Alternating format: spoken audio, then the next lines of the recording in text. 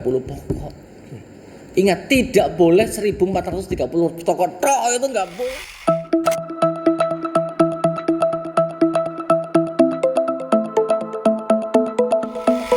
Salam Planter Indonesia. Assalamualaikum warahmatullahi wabarakatuh. Di siang hari menjelang tengah hari ini saya akan ngobrol banyak tentang kelapa sawit dengan Mas Hanif. Mas Hanif ini adalah sedang belajar kelapa sawit dan magang di PT tempat saya kerja ini. Maka kalau ilmunya terbuang sia-sia kayaknya emang sayang sekali. Maka kita bagi kepada sahabat The Brondol, dan sekali lagi seperti biasa bahwa The Brondol itu tidak pernah yang namanya settingan, tuh nggak pernah. Ada settingan kan nih? Enggak ada. Itu kan saya suruh buat pertanyaan, kemudian monggo saja mau bertanya apa saja. Nanti diurutkan Mas, supaya sahabat The Brondol ini bisa memahaminya mulai dari penanaman, pembibitan, pupuk, gulma dan sebagainya. Nah, ini simak selalu nih ya dari The Brondol ini berngobrol bareng dengan Mas Hanif ini. Monggo, Mas Hanif silakan. Siapa? Di pertanyaan yang pertama mungkin saya mau nanya tentang pembibitan dulu Pak. Pembibitan. Banyak mungkin yang bertanya, petani itu apakah bisa Pak kalau kita membuat kecambah itu sendiri Pak, tanpa harus melalui PT atau mungkin laboratorium gitu Pak? Karena mungkin banyak juga yang petani mahal katanya, ada juga yang petani yang susah. Sebenarnya pada hari ini tuh yang namanya kecambah bersertifikat bukan hal yang susah dan tidak yang mahal Mas. Kalau kita bandingkan dengan konsep dasar investasi kelapa sawitnya itu tidak susah dan tidak mahal. Karena misalnya kecambah kelapa sawit di harga 7 ribuan sampai 10 ribu itu hal yang lumrah menurut saya.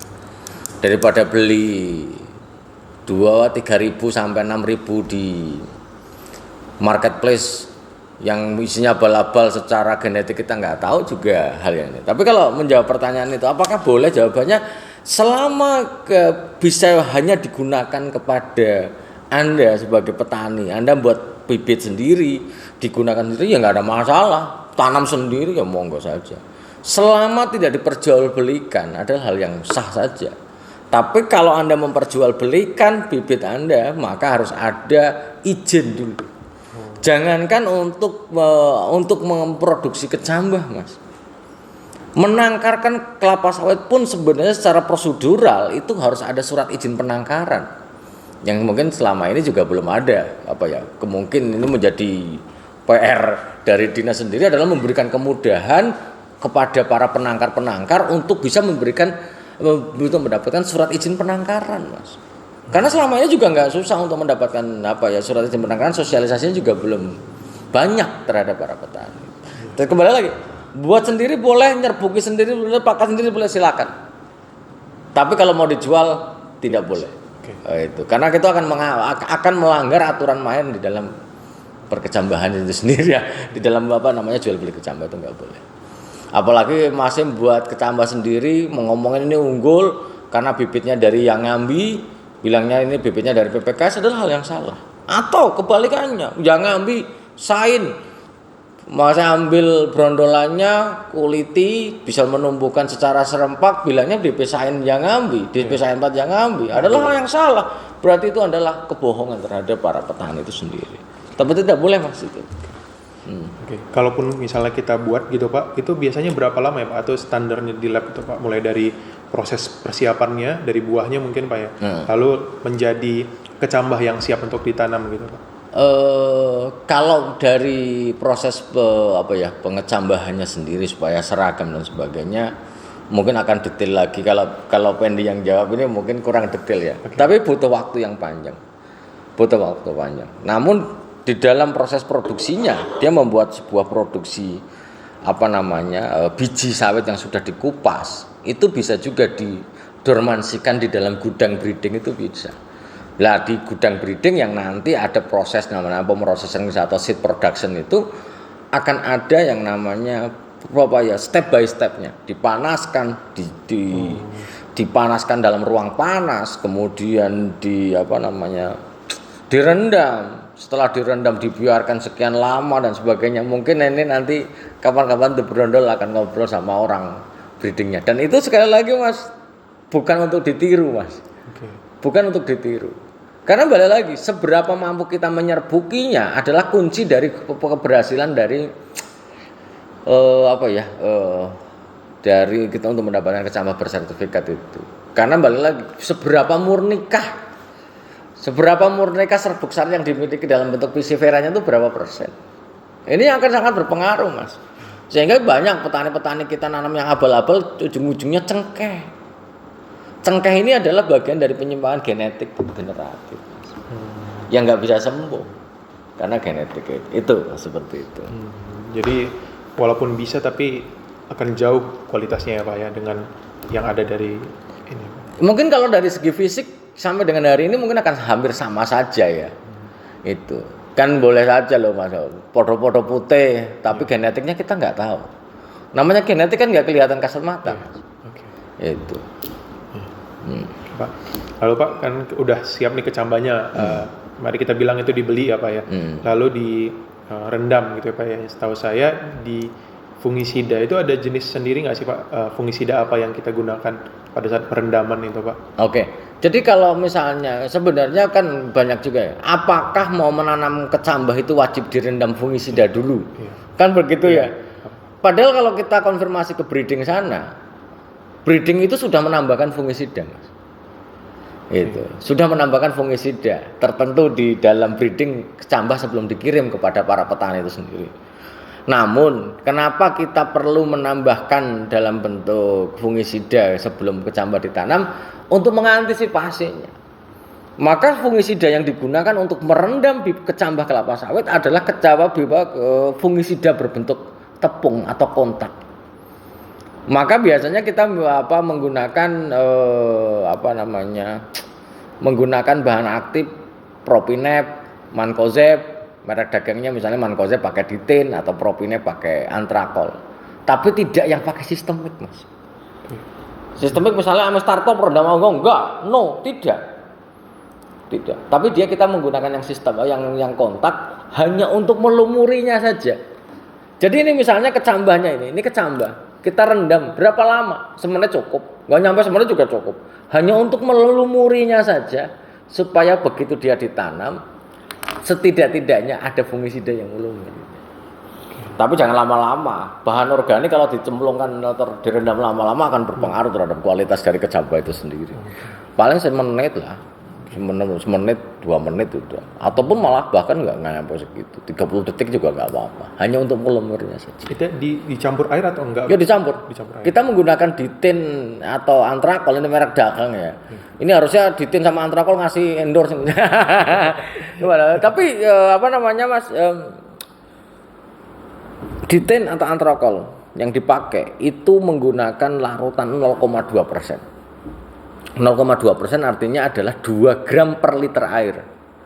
Jadi 2 gram per liter air. Jadi kalau apakah harus membuat 15 liter? Jawabannya ya enggak. Tidak harus 15 liter. Tidak harus. Tapi bisa juga kita menggunakan mau cukup 3 liter cukup untuk rendam paling 300 biji. Masa kita harus bikin 15 liter toh? Kan enggak juga. 3 liter 3 kali 2 berarti 6 gram. Maka ini sahabat-sahabat entrepreneur semuanya yang harus dipahami, di bibitan itu wajib ada timbangan digital, Mas. Wajib apa ya? Karena kita tidak bisa memperkirakan.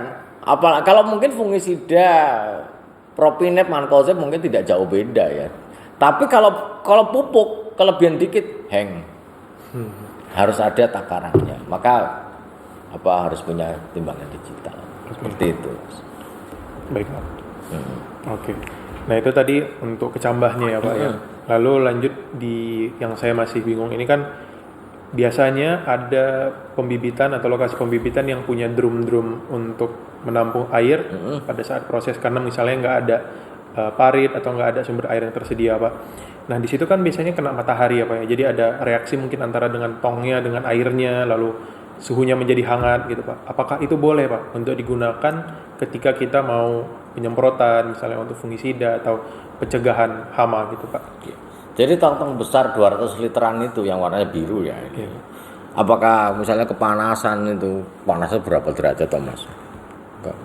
Itu apakah bisa digunakan? Ya bisa saja, nggak ada masalah. Yang penting masih dalam bentuk memang air. Yang nggak boleh adalah misalnya drum itu diisi, kalau di PN kita mupuk pakai 30 gram per 500 untuk 500 bibit per 15 liter air, pakai tong itu wajib. Oh gitu Pak. Okay. Kalau untuk pemupukan. Tapi kalau di misalnya di MN itu kok ada tong gede-gede itu untuk water storage-nya sebenarnya. Yang tujuan dasarnya adalah untuk memudahkan karyawan kita mengambil air ke sana. Dengan karyawan kita mudah mengambil air, maka outputnya semakin baik. Kita bisa bayangkan, jika pada titik ini dia harus nyemprot blok ini misalnya. Oh, airnya di mana? Wah, sini nih, parit jauh. Dia butuh waktu tuh ke sana. Maka berapa lama waktu yang diperlukan untuk itu? Oke. Dengan adanya ini, wah, biasanya dia nyemprot bisa sampai 5.000 bibit, 50 baris misalnya. Dapat. Tapi kalau dia harus mobile lagi, nyari lagi di parit lagi, paritnya isinya lumpur lagi, ngaruh lagi terhadap kemampuan bahan aktifnya, ya buat apa? Sini kasih tong yang gede, masukkan 200 liter air, nanti sepersekian lagi ada tong lagi, sehingga karyawan kita memiliki output ini. Karyawan yang mudah bekerja, kemudahan karyawan bekerja, maka outputnya juga akan baik tuh. Itu konsep dasar di perkebunan kayak gitu Mas. Kalau karyawan kita mudah bekerja, biasanya outputnya baik. Tapi kalau karyawan susah bekerja, mau minta output, ya nggak usah jauh-jauh, nanti dipupuk juga ada. Satu orang karyawan mupuk itu bisa sampai 500 kg. Pertanyaannya, bagaimana kalau misalnya hak atas jalan mereka juga tidak punya? Yakin 500 kesulitan. Kemudahan tidak dapat didapatkan karyawan kita, maka jangan berharap output yang baik dari karyawan kita. Itu konsep dasar di perkebunan. Jadi tujuannya itu adalah mempermudah proses. Oh iya. Karena kalau kita kerja dengan itu tadi kerja mudah, kemudian kerja nyaman, dalam hal konteks selalu bahwa Penny selalu bilang bahwa kondisi bekerja yang membahagiakan itulah produktivitas, Mas. Itu bahagia karyawan kita itu bagaimana konsep dasar di perkebunan itu, kalau kita bekerja untuk sama-sama mendapatkan 500 kg per orang dalam pemupukan. Bagaimana kalau sistem kita itu tidak membahagiakan? Mungkin dapat 500 kg. Tapi tidak bahagia. Harus ada lu. Jadi leadernya misalnya jadi asisten atau mandornya. Tapi kalau dia bahagia dan dia respect kepada kita sebagai pengawasnya, nggak perlu diawasi 500 kg juga tetap jalan. Yang penting apa? Evaluasi tetap jalan, Mas. Itu. Jangan ya kita percaya boleh tapi tidak 100%. Ya kita evaluasi. Karena bekerja itu butuh evaluasi. Gitu. Itu kuncinya kebahagiaan itu. Oke Pak. Terus selanjutnya kalau boleh Pak, kan ada beberapa anjuran Pak untuk pemupukan itu dilakukannya di sore hari Pak. Itu apakah betul Pak? Apakah itu memang waktu penyerapan maksimal Pak? Adakah hal yang seperti itu Pak? Jadi kalau pemupukan tetap pagi hari Mas. Pagi Pak. Tetap pagi hari. Maka namanya pemupukan yang terbaik itu adalah dilakukan sepagi mungkin Mas. Sepagi mungkin. Hal ini untuk bisa mendapatkan yang namanya keuntungan dari embun yang masih ada, kelembaban dari embun malam yang masih berada di daerah piringan sawit ataupun misalnya di PL di bibitan juga masih ada kelembabannya. Itu sepagi mungkin. Bahkan kalau pemupukan NPK di pembibitan akan jauh lebih baik jika pemupukannya adalah sebelum penyiraman, Mas. Oh. Sebelum penyiraman Pak? Sebelum penyiraman. Apakah nanti tidak jadi buyar gitu Pak? Ya maksudnya jadi larut di dalam tanah? Ya justru harus larut dong. Kalau bisa diserap kan harus larut. Itu harus larut. Tapi bagaimana ketika kok tadi masih sampaikan kok buyar? Kalau buyar berarti ada yang salah di dalam sistem penyiramanmu Mas. Terlalu deras gitu? Terlalu deras. Itu konsep dasar penyiraman kelapa sawit itu adalah bagaimana kelapa sawit itu mendapatkan air seolah-olah dapat hujan. Bukan hujan maksok, nggak ada hujan semena-mena, itu nggak ada. Hujan mesti akan rintik-rintik, Mas. Hujan mesti akan rintik-rintik. Tapi kalau seandainya makanya kalau namanya penyiraman di PN itu wajib kepalanya dikasih kepala gembor supaya seolah-olah percikan air seperti air hujan. Coba kita bisa bayangkan tembak pakai selang tuh, Mas. Ketika kita punya alat dan hanya yang bekerja itu hanya intuisi saja atau mood saja, yakin moodmu selalu benar. Itu misalnya pakai sistem pencetan aja, jadi karyawan semuanya kalau nanti menyemprot harus dipencet ya. Pencetan ini sangat tergantung kondisi karyawannya. Wah tembak dar, Buyar. wah dia buyar, mencelatlah ke jambahnya, pasti akan loncat. Nah itu harus dibuat sebuah alat supaya dia kalau disiramkan seolah-olah dia kena hujan. Itu bukan hujan yang deras, tapi hujan yang airnya stabil lah. Oke, baik Pak. Berarti untuk pemupukan di sore hari itu mungkin lebih bagusnya tidak dilakukan ya Pak, malah sepagi mungkin sebelum kita menyiram gitu ya.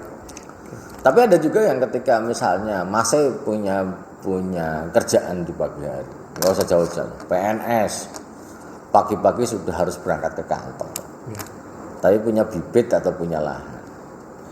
Bisanya saya sore nih Pak Bondi. Ya boleh aja. Tapi kalau di perusahaan nggak akan terjadi sore hari, tetap pagi. Pagi. Itu karena kalau di perusahaan kan ada waktu atau jam kerja karyawan. Kalau ladangmu ya boleh-boleh saja. Tapi Anda tidak menikmati yang namanya adanya kelembaban di pagi hari. Tidak menikmati itu. Maka nanti kelembabannya Pak malam hari baru ada lembabnya. Begitu. Jadi terkait dengan kelembapan tadi ya Pak ya. Dan itu tidak berlaku untuk pupuk daun.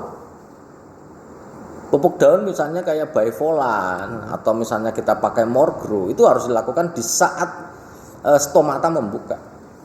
Di siang hari. Di siang hari, jam-jam 9 sudah bisa lah. Okay. Tapi jangan sepagi mungkin stomatanya masih belum buka tuh. Apalagi sore hari, jangan. Itu karena konsep dasarnya mereka meresap melalui stomata itu sendiri. Oh, berarti stomata itu maksudnya yang saya tahu Pak, yang kalau tanaman itu berarti bukan hanya menyerap melalui akar Pak. Stomata juga bisa. Ya bisa, penetrasi lewat daun ya bisa. Oh. Khusus pupuk tertentu. Ingat, pupuk tertentu ya Mas. Tidak semua pupuk bisa. Gitu. Jadi kalau misalnya kita bilang pupuk urea Pak dicairkan lalu disemprotkan ke daun gitu Pak, apakah bisa diserap Pak? Selama konsentrasinya super duper kecil ya bisa. Oh, oke. Itu. Tapi kalau misalnya masih pakai 1% urea ya modar Mas. Itu malah justru makanya sebenarnya kayak konsep dasar pemupukan melalui foliar replication lewat daun itu di bibitan toh harus disiram lagi kadang. Tetap penyerapannya lewat bawah karena 0,2%. Itu apakah disiramkan itu dengan tujuan untuk biar meresap melalui daun? Enggak juga, angkanya gede Mas, 0,2%. Angka 0,2% diserap lewat tanah lebih baik. Baik Pak, selanjutnya Pak, untuk mengefisiensikan tenaga kerja Pak, apakah boleh pemupukan itu berbarengan dengan fungisida atau herbisida Pak?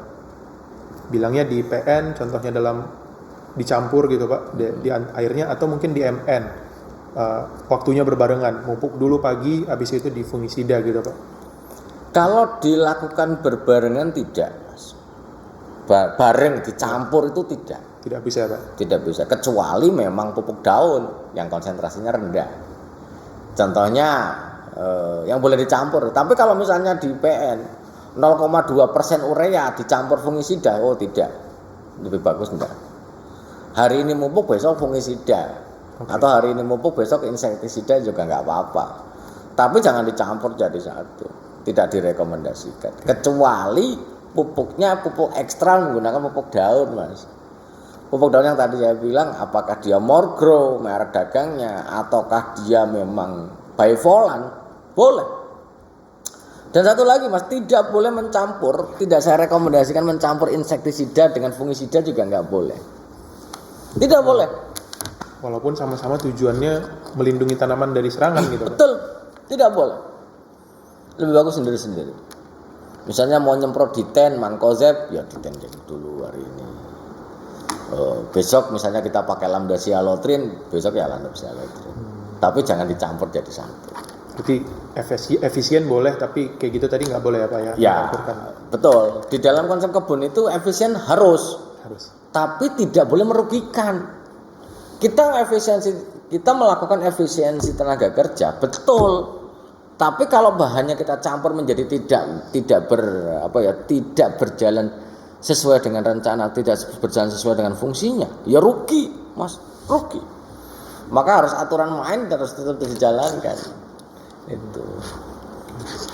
Ya, Pak. Terus selanjutnya Pak, kenapa tidak boleh kita berikan dalam bentuk granuler Pak untuk bibit di fase PN Pak? Sebenarnya boleh-boleh aja. Boleh. Tapi angkanya mau berapa Mas? Bagaimana kalau kita berhitung Mas ya? 30 gram kita akan berhitung nih. 30 gram di 15 liter ya? 30 gram dibagi 500. Yakin Anda bisa meyakinkan saya satu polybag mesin 0,06 ini. Ada juga yang mungkin menggunakan satu persatu, tidak menggunakan gempur disiram. Tapi itu benar selalu menyampaikan bagaimana menyiramnya, seperti yang ada di perusahaan. Satu, efektif dan efisien. Satu HK bisa mupuk ini 25.000 bibit. 25.000 bibit bisa tembus, bahkan 30.000 bisa tembus. Dengan menggunakan gentong-gentong yang sudah kita siapkan, dengan larutan induk yang sudah kita siapkan, masih tembus itu 25.000 tuh. Makan bahkan lebih, nggak nyampe tengah hari. Sudah selesai dengan sistem disiramkan saja. Karena balik lagi, pemupukan di PN itu ada dua konsepnya, bisa disiram, bisa disemprot. Tapi kalau disemprot mau berapa lama, Mas? Toh kalau hasilnya sama disemprot sama disiram, ngapain disemprot? Siram aja. Itu mengefisien. Lah, ada juga yang pakai canteng satu-satu. Wah, ya gak kerjaan, Mas. Kalau bibitmu mungkin 1.000 ya wajar. Tapi kalau bibitnya di perusahaan sekali mupuk kita bisa 50.000 bahkan 75.000. Satu periode pemupukan di PN itu. Ya mau berapa lama nyanting itu? Ujung-ujungnya nggak efisien secara tenaga kerja. Paham ya? Paham Pak. Jadi bukan karena tidak bisa, tapi tidak memungkinkan untuk hitung tadi ya Pak ya. Ya kalau kita lah, kalau bisa mudah ngapain susah. Oke, Pak. Selanjutnya mungkin Pak, sebagai orang yang awam Pak, kalau penyakit di manusia itu kan banyak ya Pak ya. Nah kalau di tanaman ini, apakah penyakit itu selalu identik dengan jamur Pak? Karena kan penyakit itu misalnya terkena jamur apa gitu Pak ya, terutama di pembibitan gitu. Ya kalau di pembibitan mungkin ini ya, banyak orang mengira semua jamur itu sama. Yang namanya karat daun itu blonteng-blonteng kayak panuan, lama-lama kayak koreng di daun kelapa sawit, mengira semuanya sama. Akibat apa? Kulfularia. Hanya itu yang ada di pikiran kita. Padahal dari bukunya PH Turner itu disampaikan bahwa yang namanya bercak daun atau karat daun itu ada 9 spesies Mas yang menyebabkannya. Maka ketika kita ngomongin 9 spesies ini, ya ada Basidium misete, Basidium spora atau apa, Cercospora dan sebagainya. Ada 9 yang mungkin Benny gak hafal juga. Yang sudah saya selesaikan, saya terjemahkan itu. Penanganannya juga beda-beda. Penanganannya juga beda-beda. Jangan dikira panuan atau namanya karat daun itu semuanya sama, itu tidak. Tidak sama. Tapi tadi Pak, apakah penyakit ini hanya jamur Pak? Ya banyak. Ada virus ya ada bakteri ya ada. Kalau kita kenal yang namanya BLAS ya. BLAS itu penyakit yang mengerikan di bibitan itu yang namanya BLAS. BLAS ini mungkin nggak pakai koreng-koreng Mas. Tiba-tiba pucuknya mati. Pucuknya gosong mati. Pertama satu, begitu kita ambil, kita bau banget. Oh, udah bakteri nih. Bakteri. Yalah, ini penanganannya ngeri Mas. Tidak seperti yang lain. Kalau udah terjadi BLAS, maka wajib diisolasi dengan diameter 10 ke kanan, 10 ke kiri, 10 depan dan 10 belakang. Jadi harus dikosongkan semuanya dan segera siram pakai fungisida. Kalau tidak, kecepatan merambatnya. Karena bahwa dia gejalanya lewat pucuk tapi nyerangnya akar, Mas. Nyerangnya akar. Wah, ini bahaya banget. Pernah satu kasus di bibitan saya belas. Ngeri, Mas. Kalau dibiarkan petek, banyak banget tuh. Akan akan menjalar dengan sangat cepat karena dia perakarannya, apalagi daerahnya basah berair ya. Wassalamualaikum itu. Harus segera dikeluarkan isolasi. Makanya tidak hanya semuanya dari jamur dong. Pasti juga banyak. Ada virus yang tapi mungkin virus sedikit. Tapi kalau bakteri ada. Seperti belas tadi apa ya? Iya. Itu kemudian ada juga yang kalau jamur apakah hanya hanya bercak daun ya enggak juga, banyak juga ya. Berarti itu juga terjadi di pembibitan juga kalau belas itu? Ya justru belas itu di bibitan, malah di bibitan. Berarti melalui polybag itu turun ke tanah lalu menyebar gitu juga? Ya dia kan sebenarnya nyerang akarnya ya, iya, Pak. Tapi gejalanya di atas, pelepahnya atas. Mungkin dalam waktu itu aku berpikir wah ini kembang tanduk nih. Ternyata enggak juga, bukan kembang tanduk, karena dia di bawah busuk. Wah. Oh, itu pembeda utamanya ya, Pak? Iya, busuk. Wah, begitu busuk kok nular, wah segera isolasi. Oke. Lalu ada beberapa kecambah yang punya pembawa seperti double tone atau tritone gitu, Pak. Itu dipindahkan itu pada saat seleksi atau memang ada waktu tertentu seperti beberapa anjuran itu di usia 3 minggu gitu, Pak. Adakah ciri tertentu, Pak, untuk memindahkannya, Pak? Ya, jadi konsep dasar pemindahan double tone karena kecambah itu akan memiliki tunas sampai 4, Mas. Double tone, tritone, fourtone. Apakah bisa dipindahkan semuanya? Bisa. Yang terbaik biarkan. Yang terbaik dibiarkan malah supaya hidup normal. Yang dua, ya kalau misalnya 3 tunas berarti yang 2 bisa dipindahkan. Lah konsep dasarnya itu ada 2. Ada yang 21 hari ya betul. Tapi ada juga yang waktu kita pindah ke MN juga bisa. Dibelah. Di inti brondol ada dua-duanya. Kemarin ada yang wah Pak ini enggak jelas, masa pertama 21, satunya lagi 3 bulan waktu transplant waktu dibelah. Jawabannya tidak, bukan seperti itu. Bagaimana membelah polybag 11 kali 22, 14 kali 22 menjadi 4 biji, Mas? Enggak mungkin terjadi, Mas. Misalnya kita punya polybag nih, kita punya polybag ini, 4 tunas tumbuh 4, gimana mau misahkannya? Ujung-ujungnya yang 2 dibuang, tinggal dibelah jadi 2. Karena kalau dibelah jadi 4, kayak bodrek dibelah, bodrek bisa Mas dibagi 4. Tapi kalau polybag dibagi 4, yakin bisa? Tidak. Maka kalau saran saya dipindahkan terbaik tetap di usia 21 sampai 25 hari dengan menggunakan treatment khusus, naungan yang super duper pendek. Naungan yang normal kan 120 ya, sampai 100 sampai 120 cm dengan paranet 50%. Kalau pemindahannya menggunakan 21 sampai 25 hari, parenetnya tingginya 50 cm. Udah ketinggian, Mas. 40 sampai 50 cm saja. Kenapa, Pak? Karena kembali lagi, tanaman ini stres ini. Oh, oke. Stres yang dia butuh kondisi yang nyaman dengan tingkat kelembaban yang tinggi. Dan ini yang setelah dipindahkan, jangan berpikir pupuk dulu sebelum sebulan. Oh. Bahkan dia udah usia 21 hari, dibiarkan lagi sebulan gitu. Iya. Oke. Maka pemupukannya dari tanaman originalnya yang terbaik tadi yang ditinggal tadi, maka dia kelangnya tetap sebulan, Mas. Karena yang dia sudah mupuk nanti di 30 hari dia sudah mupuk, ini masih dalam proses adaptasi lah, aklimatisasi supaya dia itu merecovery pertumbuhan akar, kemudian dia merecovery tubuh dia yang stres gara-gara dipindahkan yang dulunya mungkin sumber makanannya berbagi dari cangkangnya. Tapi kalau secara kualitas tetap akan baik, Mas. Tetap akan baik. Baik, Pak. Lalu Pak, ini tentang hal-hal yang cukup teknis Pak di pembibitan. Salah satunya itu kan kapasitas cadangan air Pak. Betul. Itu berbeda-beda di setiap daerah. Nah, kalau misalnya berdasarkan apa yang saya tahu dari The Brondol Pak, itu 30, ada juga yang 90 hari Pak, kapasitas tampungnya itu Pak, untuk ini.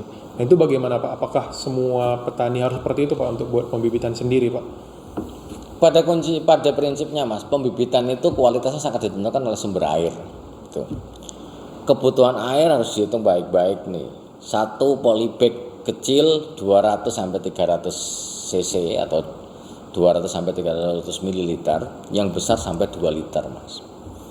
Kita harus menyediakan itu. Untuk berapa lama? Kalau water storage-nya memang, kalau misalnya petani yang punya 5.000 pakai sistem toren, ya nggak ada masalah. Sebisa mungkin sumber torennya jangan hanya satu sumber bor saja. Kalau kita bersumber pada satu sumber bor saja, nah sumber bornya modar, apa nggak disiram? Nah itu apalagi misalnya submersible-nya macet, ya menjadi masalah juga. Tapi harus ada sumber ada plan A dan plan B. Tapi kalau buat perusahaan semuanya bersumber dengan menggunakan sistem waduk, maka waduknya gede Mas, yang mampu bertahan sampai di 30 hari. 30 hari misalnya bibitnya ini berarti gede banget waduk, pasti waduknya gede-gede. 30 hari dikali bilang MN gitu ya Pak ya, ada 1000 bibit atau 2 bahkan lebih gitu ya Pak. Nah, itu. Ya kalau nggak masalahnya kita di daerah yang kering, nggak hujan sebulan, bibitnya masih ada, airnya masih ada. Karena kunci keberhasilan pembibitan ya di air ya Pak ya. Tetap air, nggak ada airnya ngaceng kok. Okay. Itu ketika bibit kebutuhannya 2 liter, coba siram pakai 300 ml saja. Nggak ada hujan, kemarau panjang, panas 39 derajat. Nggak usah 39 lah, panasan 34 aja. 34 derajat Celcius. Tapi yang terjadi apa? Nggak ada, cuma dikasih 300. Bibitnya akan tegak Mas. Bibitnya akan tegak. Makanya harus ada. Nih harus dikasih. Tanpa berondol semuanya tadi ada yang Mas ini protes ini. Kenapa untuk berondol itu pengeditnya kok biasa-biasa aja? Karena konsep dasar untuk berondol yang penting intinya Mas, ilmu apa yang bisa dipakai untuk petani gas gitu, itu Mas. Nah kita tes dulu. Oh masih siaman Pak. Nah kita lanjut, jangan pembibitan lagi apa namanya? Di penanaman Pak. Oh penanaman boleh, silakan. Ini sambil diminum Mas. Iya, Pak. Ini nggak ada labelnya nih ya. Tapi ingat ya sahabat berondol semuanya ya, kalau minum air mineral minumlah Klub Mas. Klub itu gimana Pak? Mereknya Klub. Oh. Itu. Karena endorsan pen dia. Klub ya, minum Klub ya, jangan lupa ya.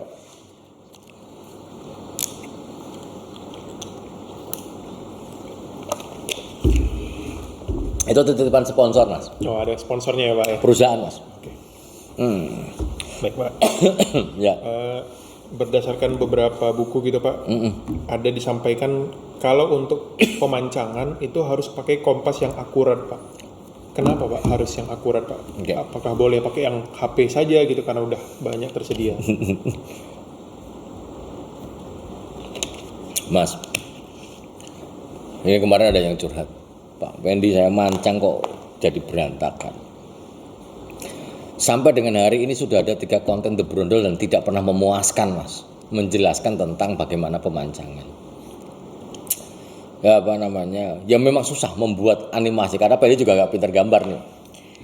Kalau seandainya Mas kita memancang tanaman, memancang, kita itu harus berpikir bagaimana garis yang kita ciptakan itu lurus Mas. Dan karena garis yang mau kita tembak itu panjang Mas, 1000 meter. Kita 1000 meter, kita beda 1 derajat saja, maka sudah menceng 17 meter Mas. 17 meter. Apalagi kita pakai HP. Maka sebenarnya seminimal kompas yang kita pakai mereknya Sunto Mas, yang tingkat akurasinya jauh lebih baik. Kita pakai kompas Eiger yang dikira kita pakai hanya benang saja, ya bisa aja. Kalau jaraknya paling mungkin 200-300 meter. Tapi kalau dia 1 kilo ya tetap miring Mas. Tetap miring. Kenapa? Ini bukan masalah Eigernya, bukan. Ya. Karena mata kita hanya dituju pada satu benang. Hanya satu benang saja. Apa Pendi? Satu benang kan kecil. Iya, coba tempel ke matamu itu loh. Ini. Benang ini kalau ditempelkan di sini, gede Mas, segini nih. Ini harus benar-benar detail. Maka minimal titik awalnya kalau bisa pakai teodolit ya teodolit. Yang benar-benar akurasinya baik. Itu. Tapi kalau seandainya tidak ya minimal Sunto lah. Tapi jangan tidak pernah pakai kompas Mas. Asal aja gitu. Ada juga yang mancang tidak pakai kompas ngawur itu. Karena sebenarnya kita misalnya kita titik asnya di sini. Bagaimana kita membuat sebab dengan arah 90 derajat dari utara. Dan kemudian setelah ini juga ini akan menjadikan garis lurus ke sini, Mas. Ini juga garis lurus ditembak ke sini. Ini dari sini berarti 270 derajat Mas ke sini. Ini 270 derajat ke sini. Setelah garis antar barisan terbuat ke sini, ini buat ke sini, baru diisi, ditarik, maju, mundur untuk mendapatkan mata 5 karena kita membuat segitiga sama sisi. Apa yang terjadi ketika ini saja garis yang kita buat ini dengan menggunakan kompas sudah miring 17 meter. Oh ya, jadi bergeser juga seperti ini. Iya, kalau di sini miringnya ke sini, sebelah sini miringnya ke sini. Lebih parah lagi ya. Wah, ya parah, Mas. Sini mungkin 32 tanaman dalam satu baris, ini 49 ini mungkin. Oke. Paham ya Mas? Jadi memang harus akurat, Mas. Itu. Wong kita pakai teodolit yang benar saja. Kadang-kadang miring kok, Mas. Teodolit ini alat untuk yang konstruksi itu ya, Pak? Betul, yang untuk kita nembak arah, apalagi panas Mas. Makanya jangan kaget ketika di tepi jalan itu pakai teodolit. Kenapa yang dipayungi bukan orangnya tapi alatnya? Ya karena dia ada sensornya. Supaya gak kepanasan. Kalau kepanasan dia unstabil tuh, tidak stabil. Kalau dipayungi, ya makanya kalau kita panas-panas kok dipayungi apa? Nah, untuk mendapatkan keakuratan dari alat itu sendiri. Itu Mas, harus detail. Pak, mungkin sebelum pertanyaan selanjutnya ada istilah peron mekanis, Pak. Itu apa ya, Pak? Peron mekanis adalah peron mekanis sama dengan LC mekanis, Mas. Yang kita menggunakan alat berat untuk peron itu ya apa namanya? Pengolahan tanah mekanis. Okay. Itu. Jadi misalnya apakah dia pakai doser ataukah dia pakai eskavator juga banyak yang pakai bucket atau sistem jepit. Okay. Banyak halnya. Oke Pak, bilanglah kita mau buka sebuah lahan ya Pak ya. Terus kan berdasarkan buku atau apa informasi yang ada itu kita harus pakai topsoil dan subsoil ya Pak ya, yang ada di bawahnya itu biasanya. Digali kurang lebih 60 cm, dikeluarkan, dipindahkan di lokasi yang berbeda. Betul. Gitu Pak ya. Nah, apakah semua lapisan tanah teratas di seluruh tempat di Indonesia, kita bilang seperti itu Pak, itu adalah topsoil yang atasnya dan bawahnya subsoil, atau ini ada karakteristik khususnya gitu Pak untuk tanah itu Pak? Sebenarnya kalau namanya topsoil ya berarti kalau kita ngomong tanah asli ya berarti ada topsoilnya. Oke. Dengan catatan erosnya rendah ya Mas ya. Erosinya. Oke. Erosinya rendah. Tapi apa yang terjadi kalau kita nanam kelapa sawit di terasan? Yeah. Pernah suatu kasus nanam di terasan, mungkin asistennya berpikir bahwa kita menanam pakai lubang 60-60, topsoilnya dipisah, subsoilnya dipisah. Pertanyaannya, terasan ini berapa dalam? Udah 60 cm tergerus untuk mendapatkan bidang datar teras. Kalau digali kanan kiri sampai ke bawah ya tetap subsoil. Wong dia pun lapisan teratas pun subsoil. Lapisan teratasnya aja sudah subsoil, Mas. Sehingga kenapa dasarnya harus 60 cm kemudian 20 cm dipindah 30 cm ke kanan, ke kiri, kemudian yang subsoil ke kanan, kemudian ditanam ini. Karena bahwa topsoil ini harusnya mengandung bahan organik, Mas. yang nanti akan membantu perangsangan akar di bagian akarnya. Kenapa subsoilnya di atas? Subsoil tidak mengandung bahan organik. Kalau dia ditambahkan ke dalam sistem perakaran, justru malah tambah akan menghambat. Malahan lebih bagus apa namanya subsoil. Yang penting itu di dalam mau kanan mau kiri, apakah ngaruh apa ini? Enggak. Tidak begitu berpengaruh. Itu teoritis yang benar. Kalau itu bisa terjadi, alhamdulillah. Alhamdulillah. Tapi apakah harus semuanya seperti itu? Ya tidak juga. Kuncinya itu ada di pupuk lubangnya sebenarnya. Pupuk lubang berarti RP, dolomit, CU gitu ya Pak? Iya betul. Jadi kalau di gambut harus pakai CU 15 gram CU. Kalau di mineral berarti harus ada dolomitnya mineral ya 250, rock fosfatnya 500. Kalau gambut dibalik. Rock fosfatnya 250, dolomitnya 500, CU-nya 15 gram. Ingat 15 gram tok. Beberapa kasus sampai 1 sendok, 2 sendok mati tanamannya. Karena terusi ataupun CuSO4 itu dalam konsentrasi tinggi akan meracun bagi tanaman. Meracun. Oke Pak. Selanjutnya Pak. Kenapa bibit tua yang mau dipindahkan di lokasi penanaman itu harus dipangkas? Katanya agar tidak stres Pak. Bukannya pemangkasan itu membuat stres ya Pak? Ada beberapa tujuan dasar ketika dia harus berangkat itu dipangkas. Yang pertama, apa gunanya kita membawa bibit dengan umur misalnya 16 bulan yang tidak dipangkas? Kerusakan daun akan mungkin terjadi. Susah bawanya Mas. Jumlah bibit per truknya mesti akan sedikit. Contoh akan rusak juga di jalan. Kemudian apakah stres yang dimaksud ketika tidak dipangkas adalah ketika dia ditanam dengan kondisi terlalu tua, sementara daunnya itu terlalu banyak. Daunnya kan banyak banget nih. Stres Mas. Karena bahwa ketika dia dipangkas, maka penguapan akan relatif sedikit Mas. Karena akarnya baru putus nih. Maka konsep dasar kalau di perusahaan Mas, kita misalnya mau nanam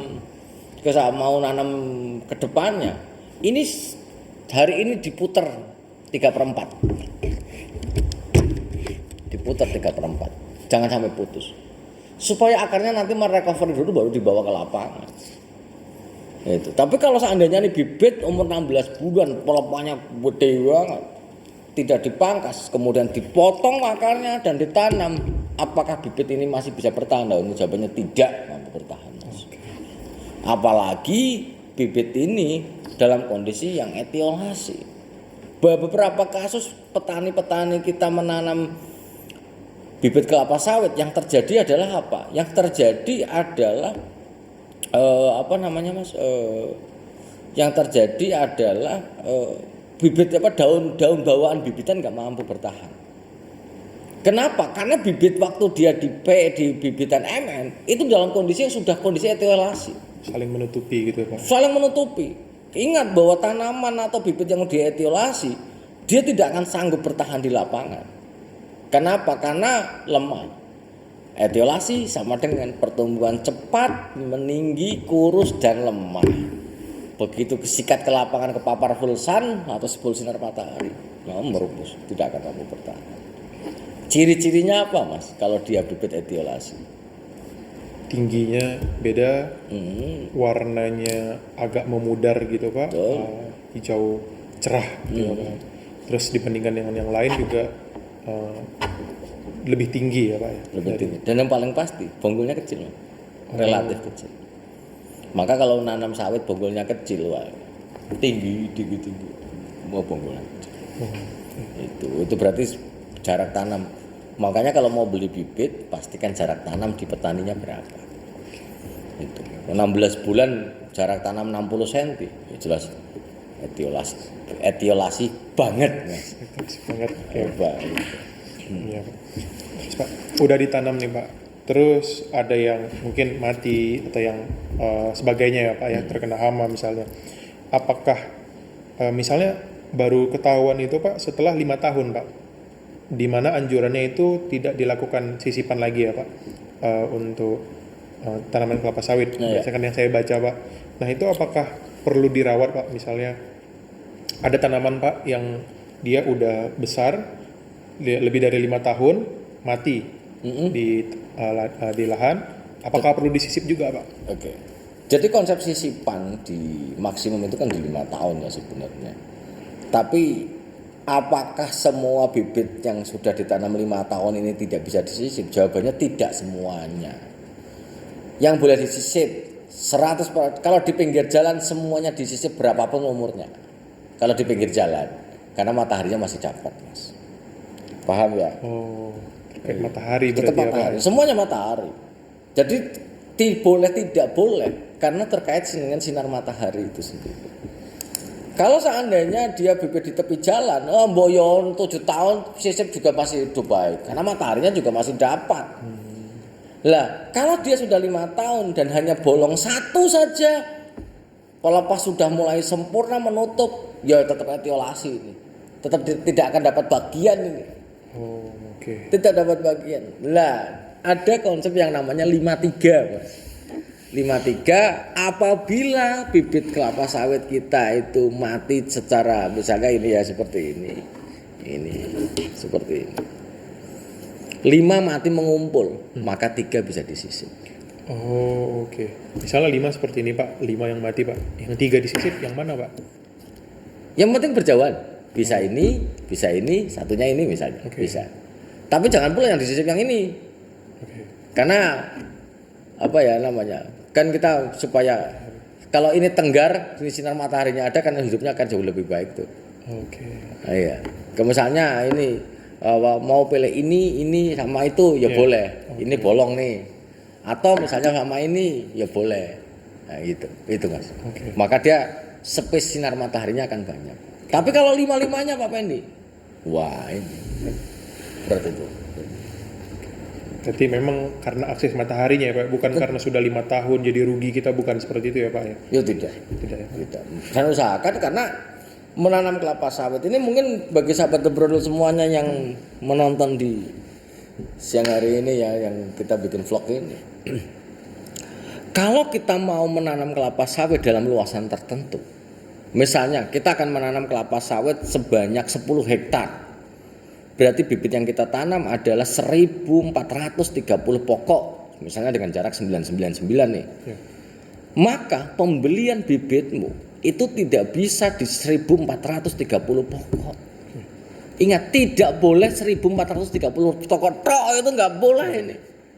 Kenapa? Untuk mengantisipasi bibitnya, kalau seandainya bibit yang kita tanam ada masalah di lapangan. Bapak ini ngapain kita sisipkan? Tak jamin. Tidak ada yang bisa menjamin itu, tidak ada. Mau pakai klerat untuk anti tikus, apakah hanya masalah tikus toh? Tidak. Oh ternyata ada juga non velware.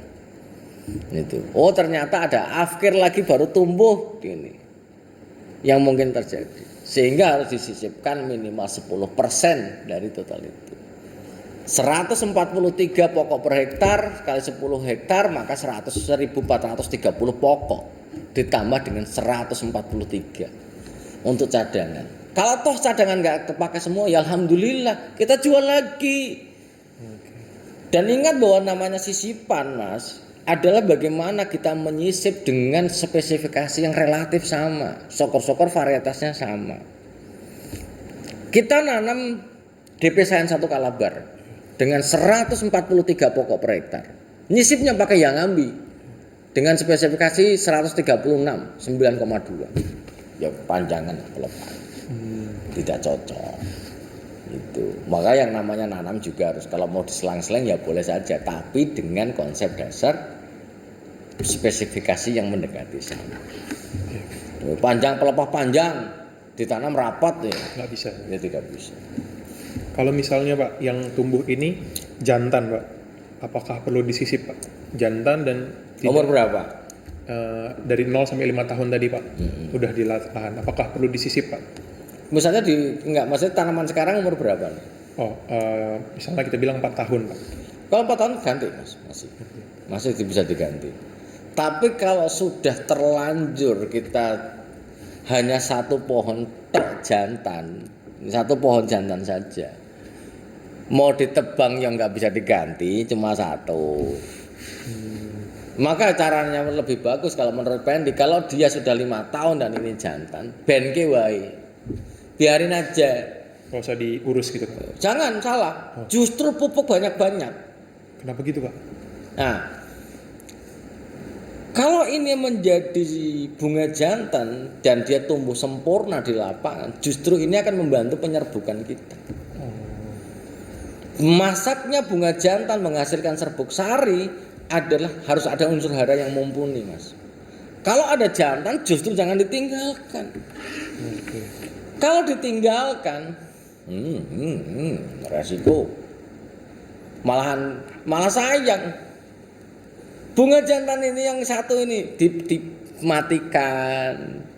Yo, ngapain dimatikan? Diganti juga nggak bisa. Kalau bisa menghasilkan yang lebih bagus, pupuk kalium yang banyak, ya seperti pupuk biasa, pupuk aja. Dan itu malah justru akan membantu kita di dalam penyediaan serbuk sari untuk penyerbukan yang lainnya. Oke. Jadi walaupun dia nggak menghasilkan, tapi dia berfungsi buat yang lainnya gitu Ya ya? iya. Diganti daripada kita ngapain repot-repot lu. Iya. Kalau toh bisa menghasilkan buat kita ngapain? Iya. Itu karena balik lagi, Mas, yang menjadi penting di dalam produktivitas tanaman kelapa sawit adalah penyerbukan itu sendiri. Kita ngomongin fruit set. Berapakah brondolan yang terjadi gara-gara penyerbukan dibandingkan seluruh brondolan? Ya tetap tersedianya serbuk sari. Serbuk sari yang memiliki kemampuan untuk menarik Elaisdibius cameronicus dalam jumlah yang besar akan membantu penyerbukan lebih banyak. Itu. Oke. Jadi jangan asal potong aja ya Pak karena nggak menghasilkan. Ya, artinya kalau kita gini, kalau kita punya barang bekas yang dibuang pun nggak ada yang mau ngambil, kenapa nggak kita bikin kerajinan aja untuk bisa menghasilkan cuan bagi kita? Iya. Itu. Kadang-kadang kan kita emosional, gatel itu, mosok jantan itu. Iya. Wah ya salah. Ngapain itu Pak? Kalau aku malah tak itu. Beberapa kali saya ke petani, saya biarkan saja. Malah justru dipupuk saja. Itu. Oke Pak, mungkin ini ke pemupukan ya Pak ya. Ya. Mungkin ini yang paling banyak juga saya perlu tanyakan juga. Boleh. Mungkin para petani juga. Ada himbauan untuk memberikan jarak Pak, antara pupuk nitrogen atau urea dengan pupuk dolomit atau yang kandungannya ada karbonatnya atau mungkin pupuk pertanian gitu ya Pak yang ada karbonatnya. Ini berapa lama Pak untuk jaraknya Pak? Sebenarnya bukan masalah karbonatnya Mas. Oke. Karbonatnya ya, tapi yang karbonat kan CaCO apa ada CO3 aja ya. Kalsium karbonat misalnya. Kan kalau kita ngomong dolomit berarti kalsium magnesium karbonat Mas. Yang menjadi pokok permasalahan antara hubungan antara dolomit sama urea adalah kondisi pada pH yang terlalu tinggi, maka terjadi kemudahan untuk penguapan amoniak dari ureanya. Itu maka balik lagi, yang namanya urutan pemupukan bagi petani selalu diberikan adalah dolomit, rock fosfat, urea, KCl. Terbaik urutannya seperti itu. Dasarnya jelas. Dolomit dulu untuk memperbaiki pH dulu. Serapannya biar nanti bagus. Kemudian memberikan unsur hara magnesium juga. 2 minggu selanjutnya bisa kita pakai rock fosfat. 1 bulan lebih baik. Itu kalau konsep dasar di perusahaan kan 1 bulan ya, 1 bulan. Kalau di petani juga bisa kita pakai 2 minggu misalnya mau mempercepat ya bisa. 2 minggu perangsangan akar berjalan dengan fosfat yang baik, baru vegetatifnya. Dengan perbaikan keduanya. Tapi jangan lupa harus ada organiknya sebenarnya. Organik ini balik lagi untuk memudahkan akar berkembang. Kalau kita ngomong pupuk organik misalnya, jangkos dengan segitu besar kandungannya, tapi tidak hanya berhenti di situ. Dengan adanya janjangan kosong, perkembangan akar itu luar biasa, Mas. Akan luar biasa. Sehingga inilah yang yang menjadi penting bagi pemberian jangkas itu, apalagi di daerah pasiran. Memperbaiki struktur tanah itu ya Pak? Pasti akan memperbaiki. Namun kuncinya jangan sampai tergenang. Organik tidak boleh tergenang ini. Jadi pertanyaannya urea sama dolomit berapa lama? Sebulan. Itu jangan sampai ada konsentrasi ber-pH tinggi yang akan memudahkan penguapan dari amonia. Sehingga kemarin ada yang bertanya, Pak ini berarti boleh dicampur-campur? Jawabannya tidak direkomendasikan. Itu. Oh ternyata saya pakai pupuk campur-campur pun hasilnya bagus. Betul, asal rutin ya betul. Tapi apakah kita nggak sayang mencampur sesuatu? Balik lagi ke tadi Mas, kita melakukan efisiensi tenaga kerja, tapi kita kehilangan kadar yang kita berikan itu. Tujuan utamanya itu apa? Kita akan kehilangan itu. Ngirit kanan, ngorot kiri, rusak kita kan masa itu. Tetap harus dia. Jadi urutan pemupukan dasarnya hanya untuk mengurangi faktor antagonis dan bagaimana untuk mengurangi faktor antagonis dan mengurangi faktor yang menyebabkan tidak antagonis dan satunya untuk kehilangan itu sendiri. Terus Pak, kalau misalnya kondisi tanahnya berbeda-beda ya Pak ya, apakah semua pupuk ini dibutuhkan Pak dengan kondisi yang berbeda-beda tadi Pak? Nah ini Mas, mungkin jawabannya bisa 3 hari 3 malam menjelaskan. Tapi nggak apa-apa. Pertanyaan ini, apakah seluruh lahan itu pupuknya sama? Jawabannya tidak Mas. Maka di beberapa konsep di PPKS sendiri memberikan rekomendasi general bagi para petani itu yang sudah dibedakan mana gambut, mana mineral. Oh, jadi dibedakan 2 hal ini aja gitu? Awalnya gini, apakah gambut mungkin mau fibris, hemisapris, mau mentah, matang, sedang, mana peduli, yang penting gambut. Mineral, mau mineral berpasir ya oke, mineral liat berat ya oke. Mau lihat debu berpasir ya nggak ada masalah. Ya tetap rekomendasinya itu. Tapi ingat bahwa di dalam budidaya kelapa sawit, sebelum kita ngomongin pupuk ini adalah bagaimana menutupi faktor pembatasnya. Kalau kita ngomongin berpasir, pupuk apa ini cocok yang berpasir? Ya banyak pupuk yang cocok, ya masuk ke dalam mineral. Tapi kalau lahan kita tanah kita memang didominasi pasiran, tutupi dulu pasirnya. Organik berarti. Tetap bahan organik. Karena balik lagi pasir tidak mampu menyerap air dan tidak mampu menjerap unsur hara. Kalau toh kita gas, kecilnya masih baik, kecil masih baik lah. Di TPM, TM1 mungkin nggak ada masalah. Tapi semakin luas jangkauan akar dengan daya jelajah akar 90 sampai 120 cm, apa yang terjadi? Ya semakin ngering, wassalamualaikum. Tutupi dulu faktor ini. Itu. Ya kita memberikan sesuatu ke tanah yang tidak mampu menerimanya. Apa yang terjadi? Lalu Pak ada anjuran Pak, kalau nggak ada hujan di 2 hari sebelum pemupukan misalnya, itu kita dianjurkan untuk tidak dipupuk Pak. Itu bagaimana ya Pak? Jadi kalau tidak musim hujan, jadi kita tidak mupuk gitu? Oh salah Mas. Sebelum menjawab, pupuk bisa diserap oleh tanaman kelapa sawit kita ketika sudah bereaksi dan berubah menjadi ion Mas. Yeah. Jadi tanaman kelapa sawit tidak makan urea, kelapa sawit tidak makan NPK, tidak makan KCl, tidak. Dia harus larut dulu, bersentuhan dengan air di dalam larutan tanah dulu, maka baru bisa bereaksi itu. Yeah. Betul ya? Yeah, Pak. Kita paham situ ya? Yeah.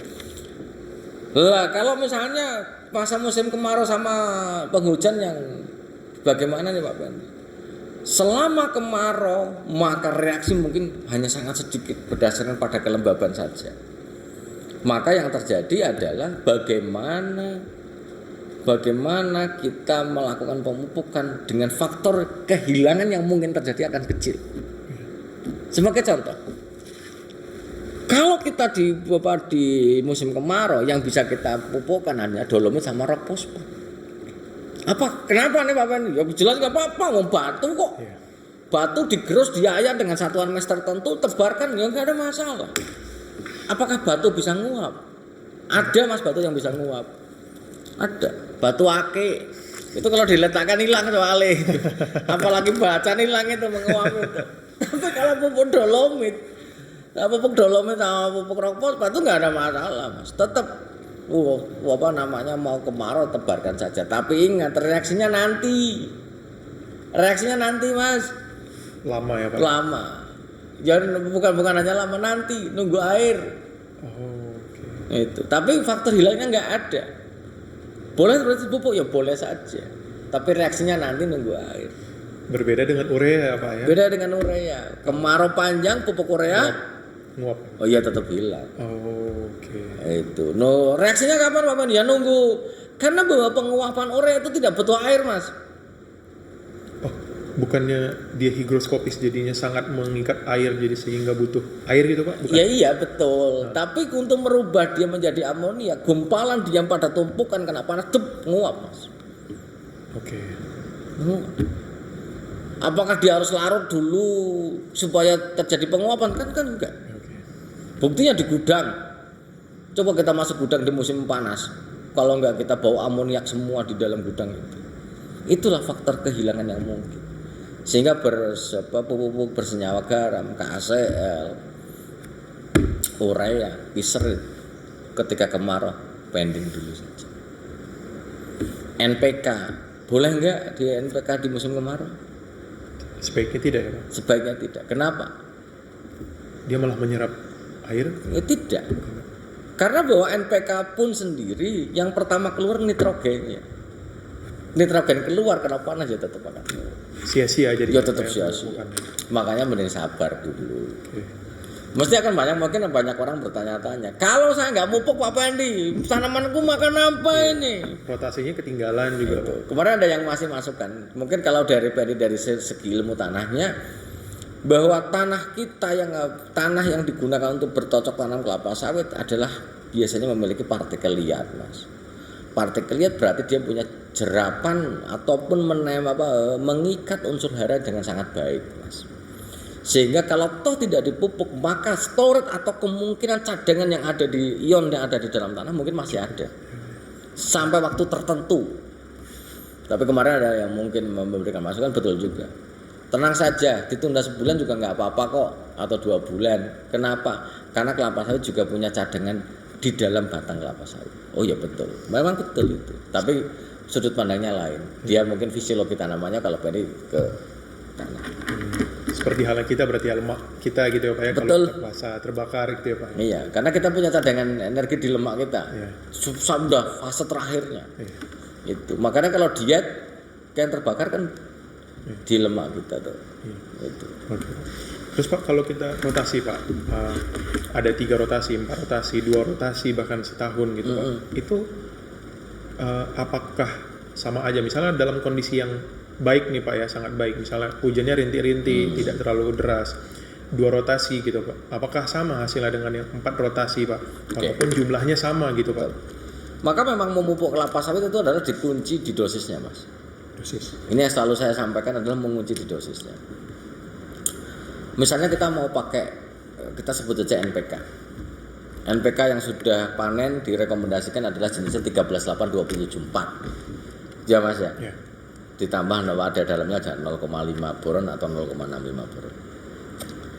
Pemupukan yang terbaik itu adalah misalnya kita tetapkan 6 kg. 6 kg ini maka sebenarnya masih bisa dilakukan masih bisa 6 kg ini yang terbaik itu bukan dibagi 2 Mas per semester. 3 kg itu jauh tidak lebih baik jika dibagi menjadi 3 Mas per 4 bulanan atau menjadi 4 per 3 bulanan, itu jauh lebih baik karena faktor kehilangannya. Ingat, ketika kita mupuk kelapa sawit ini juga kita juga harus berpikir kemampuan daya dukung lahannya seperti apa. Ketika dia bereaksi menjadi ion, seberapa besar dia bisa menampung itu, mampu menjerap berapa banyak ion yang ada. Kelebihannya kebuang Mas. Tanah berpasir pemupukan 3 kilo seperti ini ya rusak Mas. Tidak bisa disimpan ya. Tidak bisa disimpan. Maka yang faktor hilangnya mesti akan lebih banyak. Banyak Mas. Maka kalau dia berpasir sudah dikasih bahan organik ini, tetap pemupukannya jangan 2 kali, 4 kali. Karena balik lagi untuk mengurangi faktor kehilangan dari dua sisi. Sisi yang pertama adalah faktor kehilangan dari penguapan karena tidak bisa tidak bisa dijerap ya. Yang kedua untuk mengurangi faktor kelemahan dari kemampuan tanah sendiri untuk mengikat ion itu sendiri. Kalau mengikat ion, kemampuannya berapa? Dengan kadar pasir tinggi misalnya. Itu. Paham ya? Paham. Itu maka mupuk dengan mungkin punya kelemahannya adalah Biaya tenaga kerja ya Pak ya? Betul tahu biaya tenaga kerja yang cukup tinggi pasti. Walaupun NPK tapi akhirnya jadi 4 kali kan jadi lebih banyak gitu ya Pak. Betul. Apalagi dipisah-pisah ya Pak ya. Dolomit lalu RP lalu itu. Kalau di situ paling mungkin 2 kalian Mas. Oh gitu Pak. 2 kali. Sehingga balik lagi memang kelemahannya tunggal ini ya biaya aplikasinya banyak Mas. Tapi apa alasan orang tetap memakai tunggal Pak dibandingkan dengan NPK? Apa enggak? Udah NPK aja gitu terus-terusan gitu. Kalau pakai NPK itu rupiah per kilogram unsurnya lebih mahal Mas. Oh gitu Pak. Rupiah per kilogram. Misalnya kita pakai urea nih 46%. Iya. Berarti 1 kilogram urea itu mengandung 460 gram nitrogen dengan harga sekian. Dibandingkan urea dan NPK yang itu lebih murah urea per kilogram unsurnya. Ini alasan pertama. Alasan kedua, kecepatan reaksinya, Mas. Pada fase-fase tertentu kita tidak bisa pakai NPK tok. Misalnya pada fase kekurangan magnesium fatal. Kalau kita pakai NPK dengan kadar tinggi pun seberapa cepat larutnya? Wah ya itu lama. Apalagi berbahan pembawa liat nih. Yang tanah liat sebagai bahan atau clay-nya itu ya lama bereaksinya. Yang cepat pakai apa? Ya kiserit, MgSO4, BAM. Langsung Pak ya. Mudah larut, mudah diserap. Mungkin kita akan menyelamatkan pelepah-pelepah baru supaya dia tidak tidak defisiensi magnesium. Itu beberapa kelebihannya. Dan yang kelebihan dari pupuk tunggal adalah kita bisa mengatur per jenis unsurnya bisa diatur. Bisa diatur tuh. Iya. Tidak mengikuti NPK yang harus 18 misalnya atau 15 gitu ya Pak ya. Oh iya. Ya itu. Iya. Itu mungkin untuk pupuk Pak. Terus yang terakhir mungkin Pak untuk pengendalian gini aja. Gulmanya kita next di video minggu saja. depan. Jadi setiap Sabtu kita berikan kesempatan masih ke sini untuk kita berdiskusi. Minggu depan kita ngobrolin mengenai gulma dan panen, Mas. Bagaimana perhitungan panen dan sebagainya. Tapi sebagai penutup di siang hari yang berbahagia ini sahabat Brodol semuanya, bahwa berbudidaya kelapa sawit itu adalah bagaimana kita mengembalikan biaya investasi secepat mungkin. Kuncinya adalah bagaimana kita memahami arti investasi itu. Banyak orang investasi yang penting ngirit-ngirit aja, nanti pulangnya ngorot-ngorot Mas. Paham maksudnya ya? Jadi kayak TBM, pupuknya ngirit, ininya ngirit, ujung-ujungnya pengembalian dananya untuk mendapatkan total investasinya itu bisa dikembalikan di usia TM9, bisa di usia 9 tahun misalnya, baru balik, rugi. Padahal yang namanya cost to meter, besok kita mungkin banyak pertanyaan tentang biaya, Mas.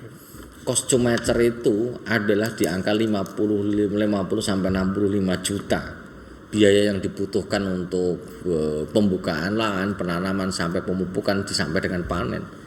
Cost to meter yang ditawarkan itu rata-rata segitu yang normal. Lah bagaimana mengembalikannya?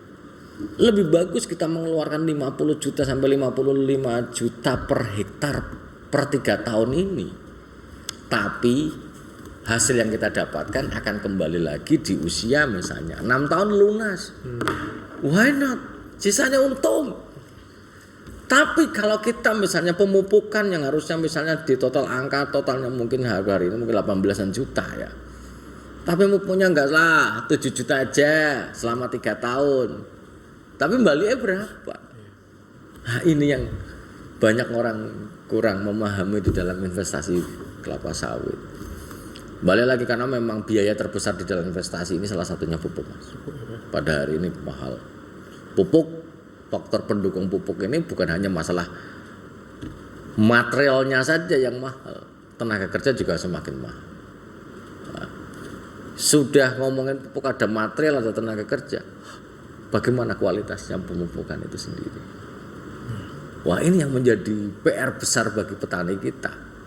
Itu apalagi mungkin banyak juga sahabat-sahabat The Brondol ini, dia di Jakarta, dia di Surabaya, dia di Batam, yang mempercayakan lahannya dia kepada sana. Salah ada 5 tepat di dalam kelapa sawit yang mungkin semua orang di perkebunan udah tahu, tepat dosis, tepat waktu, tepat cara dan sebagainya. Tapi ada 2 hal yang tidak paham, Mas. Ada 2 tambahan lagi prinsip pemupukan yang tidak boleh terlupakan, yaitu adalah setiap pokok harus mendapatkan dosis yang sama, Mas. Maka jangan sampai hanya di tepi jalan saja yang besar-besar. Maka proses itu kalau kemarin masih ke dalam until, itu tujuan dasarnya adalah supaya setiap pokok mendapatkan dosis yang sama. Jangan hanya di tepi jalan yang gede-gede tengahnya botak, Mas. Tidak. Kemudian prinsip yang kedua, setelah setiap pokok mendapatkan dosis yang sama, prinsip yang kedua adalah bahwa di dalam penyebaran pupuk yang betul adalah setiap partikel tanah ketemu dengan partikel pupuk. Jadi kuncinya adalah disebar merata. Jangan mupuk ngeok pakai meok, jangan tebar-bar. Kalau selama dia datar, so far. Kalau dia datar, tapi kalau dia nggak datar, miring, benam. Jauh dibenam akan lebih baik daripada hanya gitu, Mas. Paham sampai sini ya? Paham, Pak. Jadi hari ini kita cukup berapa lama nih? Kayaknya hampir 2 jam. Ya bersejam lewat ya ini ya. Jadi apa namanya? Besok kita akan membahas tentang gulma, tentang ini, dan satu lagi misalnya penyakit, Mas, yang nanti dibaca dulu modulnya ini. Siap. Oke. Terima kasih, Mas. Baik, Pak. Terima kasih banyak juga, Pak. Dan semoga kita sehat selalu ya. Dan jangan lupa bahagia. Siap, Pak. Kalau lu pengen produktif maka harus bahagia, Mas. Itu harus gitu, apalagi lacak. Ya, semoga bermanfaat bagi sahabat The Brondol semuanya. Dan semoga Allah mendekap kita dengan kesehatan dan ilmu pengetahuan tanpa syarat. Dan salam planter Indonesia. Assalamualaikum warahmatullahi wabarakatuh.